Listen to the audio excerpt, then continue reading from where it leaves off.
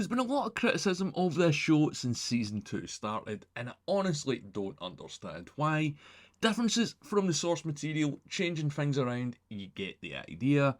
As always, I'm Al, this is the Geek in Review, and I'm going to be talking about Foundation Season 2, Episode 6, which I think addresses a lot of the criticisms that have been thrown at the show. Because this episode goes a long way to answering some of the questions that we've had, as well as setting up others going forward. And episode 6 really fits in a lot, and I do mean a lot. We get brought up to speed to where a few characters are at. We don't get everyone, there's no Bel Rios in this episode, but we certainly get more focus on the characters than the plot. Specifically Salvor, who, to be honest, hasn't done much this season, and a pretty extensive look back at Harry's life and what made him who he was. They also clear up what the relationship between the two versions of the Seldons are and explain exactly how it works and possibly where it could go. And for me, this is a Harry Salvor episode at its heart at least. And everyone here kinda gets their time to shine. I don't think that the Hobor bit was exactly necessary in this episode, it was just kinda squeezed in, but that's for another video. But before we go any further, just to say thanks for taking the time to choose to watch this channel. I really appreciate it, and if you haven't done it already, please subscribe and leave a like if you make it all the way to the end.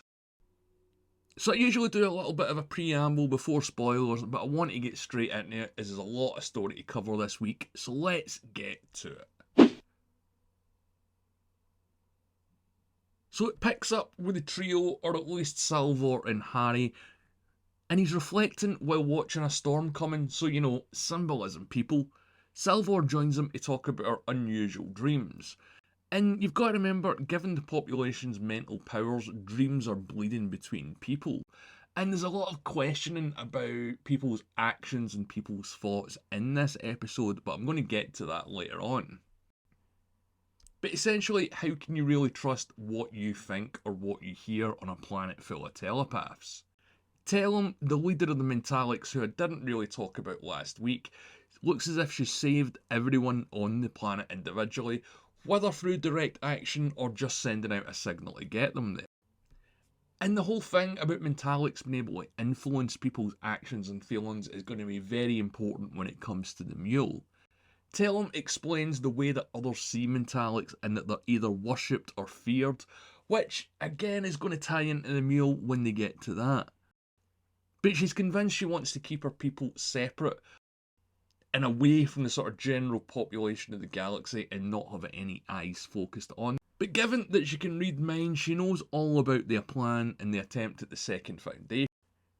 But what's interesting is she gets it from Gaal's mind, not Harry's it seems. But Harry tells her about the vision and the mule and everything that's going to happen. And you can tell that that really rocks her world and scares her quite a bit.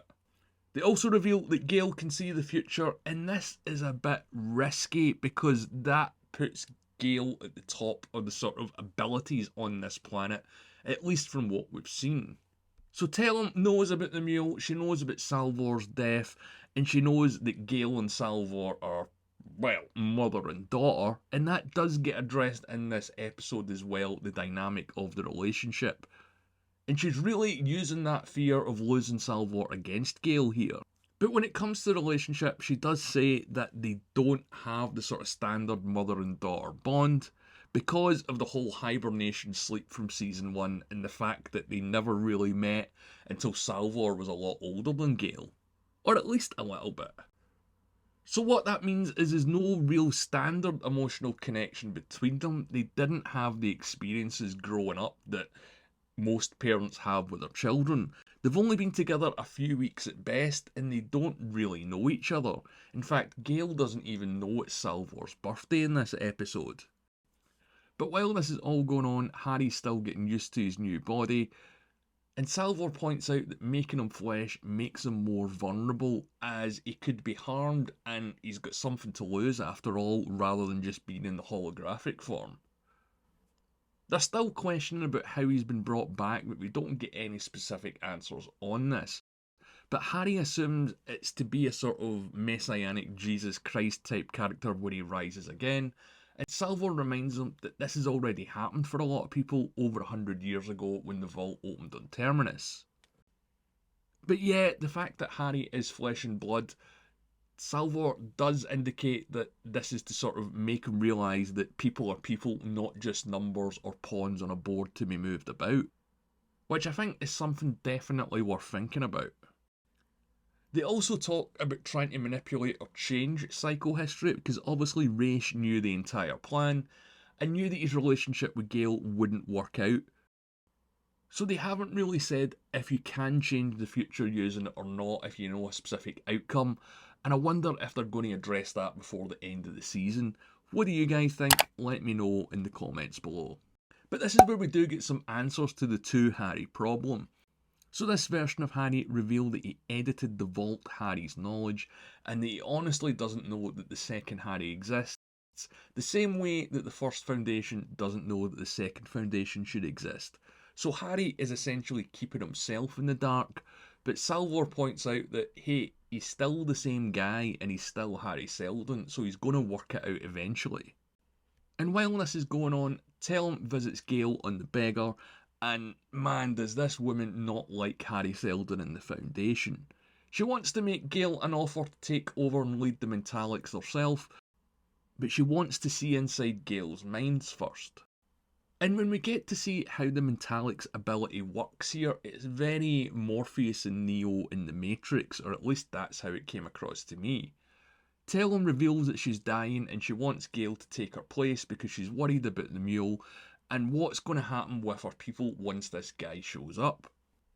So the deal is leave Harry and his plan to save the Mentalics and stop Salvor's death at the hands of the mule, and Gaal tells Harry about the offer and of course he doesn't take it well. I mentioned in my recent video, and check it out if you haven't watched it, there'll be a link at the end, all about the Dynasty and the characters mirroring each other, and this is another example of that. Both Tellum and Harry are manipulating Gaal for their own ends. And Tellum just isn't manipulating Gaal, she's manipulating Harry as well. So Gaal and Salvor see Harry take the beggar, or at least so it seems. It turns out that Tellum already has Harry, and this is all a trap. And this is a real Bond way villain of killing him when he's tied to these sort of trunks, submerged, almost. And I did mention in the episode 1 review that we'd probably get more flashbacks of Harry's childhood, and we see a lot of his early life in this episode, his relationship with Yana and how psychohistory was developed. We find out at an early age he could see patterns that other people couldn't. But during these flashbacks, I'll be honest, I was a little bit taken out of it with the makeup that they put on Jared Harris.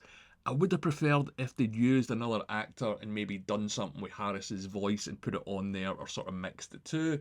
It's not ideal, but it's not the worst de-aging and makeup job that I've ever seen in my life, put it that way. So we meet a younger Harry who's just at the sort of, well, foundation of starting psychohistory. There's a little joke for you. And it turns out that not everyone at the university is on board with his work or his point of view, and it's already getting reported to the higher ups, i.e. Empire. We do see an early version of the Prime Radiant used for the first time and how Harry ended up at the university on Trantor. So the Empire has been keeping an eye on him for a lot longer than we've realised, and is a shadowy figure in the background following him around. They're so threatened by his work that Yana is kidnapped and they want the Prime Radiant in exchange for her. But he knows that she's already dead and works out that it's a trap, and using the system that he used earlier on in the episode as a kid, he kills Yana's murderer. And we find out that Harry's actually been primarily motivated by revenge all this time, it's just not something that we've realised up until now. But he still does end up on Trantor, and we see an old face that we haven't seen since the first few episodes of Season 1, Jiril, and I wondered if this guy would ever show up again. But yeah, it does seem that after Yana's death, one of Harry's primary motivations on going to Trantor was to take down the Empire, and this completely changes how we view his actions up until this point. Now, when it flashes back to the present, it does look as if live-action Harry is dead or about to die, but personally, I don't know if they're going to go down that road. What do you guys think? Let me know in the comments below. We've seen that he can be resurrected once, and I hope they're not going to keep doing that, as it's probably going to get a little bit slow and a little bit repetitive. But if he does die and he is brought back, I think they're probably going to clear up how that can happen. We also catch up with Constance and Polly in this episode arriving on Trantor, and we see Constance awake from hypersleep. Remember, she's probably never had to do this as the Foundation ships are more advanced, and the spacers are certainly appearing to be more important. And this is the second spacer we've seen this season. The show hasn't really went into detail about them much, but establishes that they're human and they've been around for hundreds of years. The episode suggests that they're kind of slaves bred only for this, and I can see that this is going to play a bigger role going forward. Her and Polly talk about Trantor and the size and the scope of it, and she's never seen anything like this growing up on the outer reaches her entire life. So it kind of blows her mind because she knows that the Empire has to fall, but she can't really get her head round something this big being destroyed. But she does mention that she imagined it as a child, so is this her manifesting some sort of ability like Salvor and Gaal? I honestly don't know. Polly tells her it's only a matter of time as the decay has already set in and people just haven't realised it yet. And we find out that the people of Trantor view the Outer Reach as lost barbarian worlds. Remember, Polly is a man with vices, so I can see him overindulging now that he's arrived in the capital, and he kinda does do that initially. But after a night on the town, he seems to want to clean up his act, and just as this is happening and we're getting a bit of clarity from the guy, Polly and Constance are snatched by the immigration people on Trantor, very similar to how Azura was snatched by the clones in Season 1. And speaking of the clones, we only really get one scene of them in this episode. But it is something that we haven't really seen before, which is them addressing the public and how the public reacts to them. So this is Brother Day essentially pitching his idea to break up the genetic dynasty and change the Empire by getting married to Seraph, who is going to become the first galactic empress in centuries. And he straight out says that he's ending the genetic dynasty there and then, and I'll be honest, I wasn't expecting that. And after he says this, it's all about reactions because there's Dawn, Dusk and Demerzel there, and there's a lot of tension up on that stage. And it only gets worse because after he's introduced Seraph and given his speech, she makes an impromptu speech and she really shakes things up here and is trying to get the people on her side. But yeah, the Cleons here, the division within the brothers has never been more apparent, and it's very interesting on what Demerzel is going to do next. There hasn't been too much focus on her the last few episodes as well, so I think we're probably going to get a flashback about her history later on in the season. Now, as I said, everyone's in this episode apart from Bel Rios, and it also picks up with Hobor Mallow seemingly arriving in the middle of nowhere, but it's exactly where he's supposed to be. And he even thinks he's in the wrong location before what I can only describe as a ship, but I'm not sure that's exactly accurate. It looks more alien and advanced than anything that we've seen before. And once he's inside, it looks kinda like a honeycomb or a beehive or very similar to the inside of the Prime Radiant that we've seen earlier on in the show. But it's a ship full of spacers. So I guess this is where they're made or where they're trained, and they're definitely going to be an important aspect in this show. It seems as if Harry wants to get the spacers on side, and that does make complete sense to me, but that's going to be in my next Foundation Theory video. Now, I know I didn't cover absolutely everything in this episode because there was a hell of a lot to cover. A lot of personal character motivations, a lot of things from the past, and a lot of things that are going to influence the future. But this is definitely my favourite episode of the season so far because it's focusing more on the characters rather than the general plot. And that's something that we haven't really had this season. Yeah, we've had personal conflicts between the clones and Seraph and between the trio and things like that, but we've never had any real deep exploration of these characters so far. And it did answer a lot of questions regarding Telem, Gaal and Salvor that the fans have had over the last few weeks, or at least since the season has started as well. There's some real debate over what people's motivations and actions are going to be and what the long-term effects of those actions will be as well. And if I'm honest, I don't like the Mentalics as a device to tell the story. I think that they are kind of weak. Because I think the whole thing of constantly having to question people around you and question if what you're watching and if your motivation is real is going to get a little tiring sooner rather than later. So I hope that they move the story off the planet or away from the Mentalics. But at the same time, all this stuff is cementing where these characters are going to be going forward in the story. This season has focused more on the plan rather than the people involved in the plan, and this episode has really addressed that issue, and it goes in a totally opposite direction.